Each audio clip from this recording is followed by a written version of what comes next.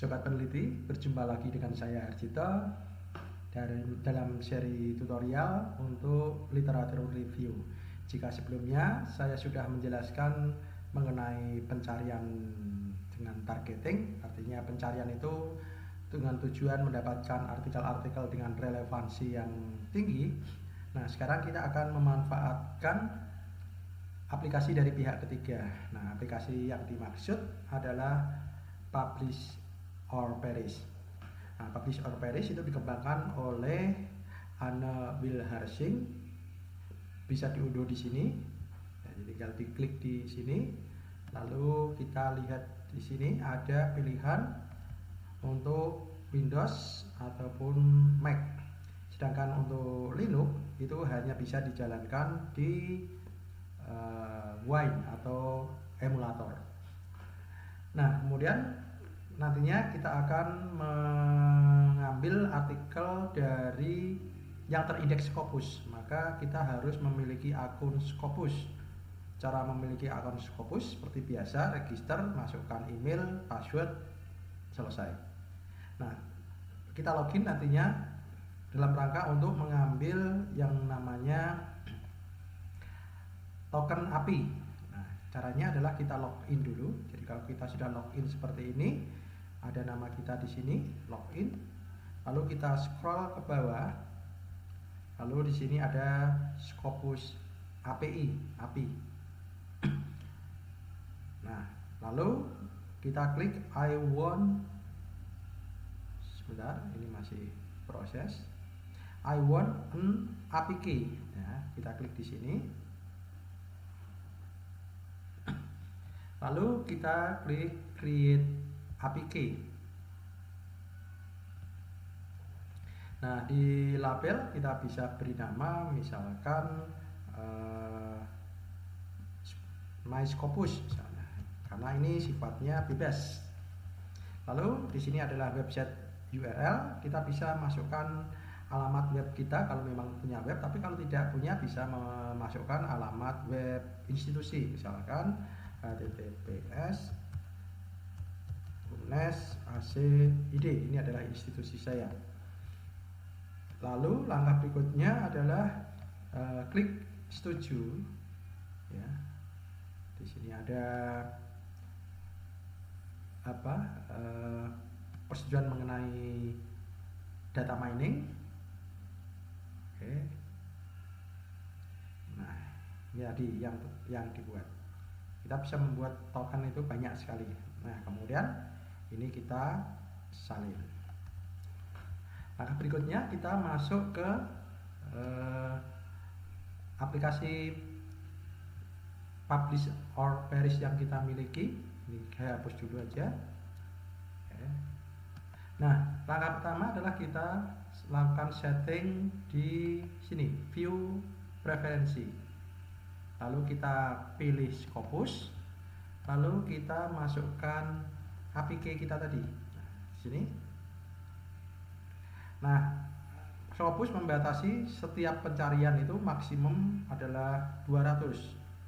Kalau begitu, maka kita harus punya strategi yang benar supaya tidak ada yang terlewatkan. Oke, kita pilih di sini. Lalu kita bisa membuat di sini pencarian. Nah, new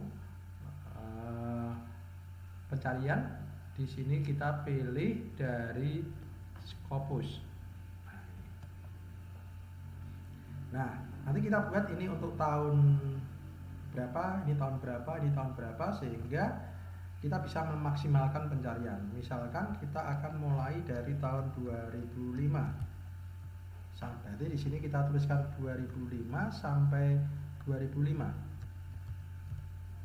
Tujuannya apa? Supaya tidak ada yang terlewatkan. Lalu di sini kita ketikkan keyword seperti pada waktu kita mempelajari mengenai refining keyword. Nah, silahkan lihat video saya sebelumnya. Di sini saya akan masukkan kata kunci critical thinking dalam tanda kutip or creative thinking dalam tanda kutip. Penjelasannya ada di video saya sebelumnya, silahkan ditemukan di channel saya. And karena saya ingin membatasi di pendidikan, maka tambahkan education or teaching or learning. Jadi boleh learning, teaching, atau education. Jadi yang saya cari nanti adalah yang mengandung kata kunci critical thinking atau creative thinking. Nah, kalau saya ingin target pada jurnal tertentu di Scopus, maka tinggal saya tambahkan nama jurnalnya atau mungkin ISSN-nya. Maka nanti yang kita dapatkan hanya untuk jurnal tersebut. Tapi saat ini kita hanya berdasarkan pada keyword. Lalu kita klik search, maka dia akan melakukan proses pencarian, ya. Ada yang salah, kita cek dulu.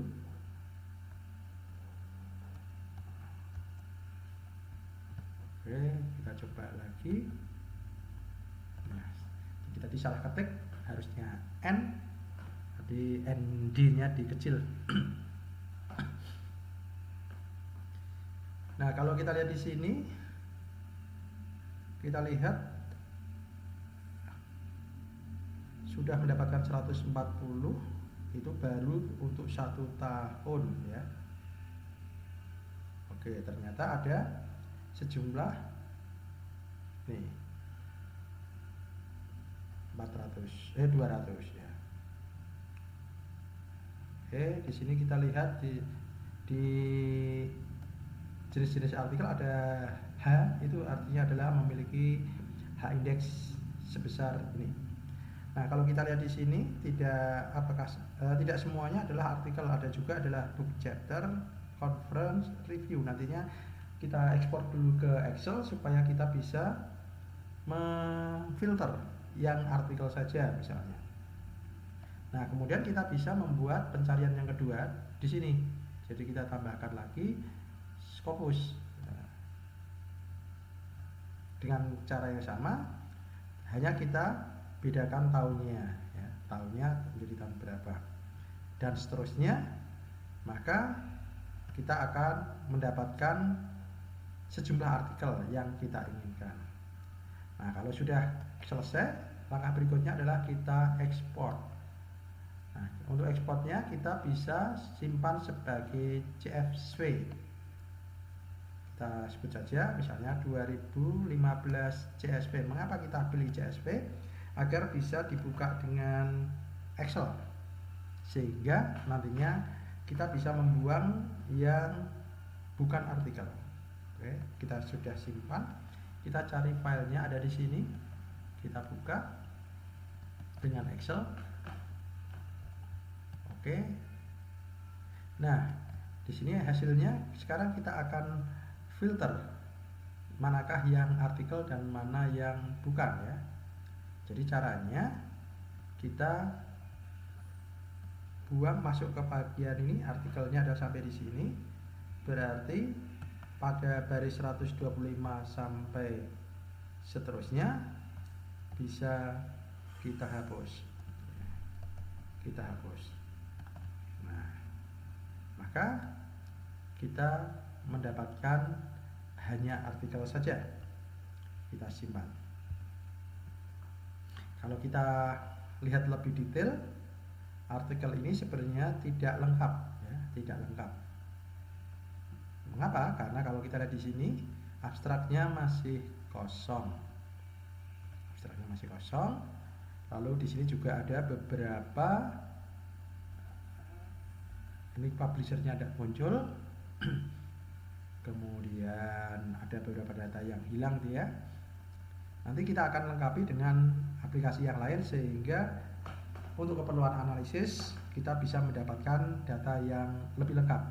Karena kalau hanya berdasarkan judul, mungkin analisisnya kurang sempurna. Tapi kalau kita bisa mendapatkan abstraknya, apalagi kalau bisa mendapatkan full papernya, tentunya akan lebih baik. Tapi tentunya abstrak dulu kita dapatkan, lalu kita lakukan reduksi, baru artikel-artikel terpilih nanti kita unduh artikel lengkapnya. Demikian tutorial kita kali ini. Untuk tutorial berikutnya kita akan melengkapi bagaimana cara melengkapi data ini supaya bisa dianalisis dengan lebih baik.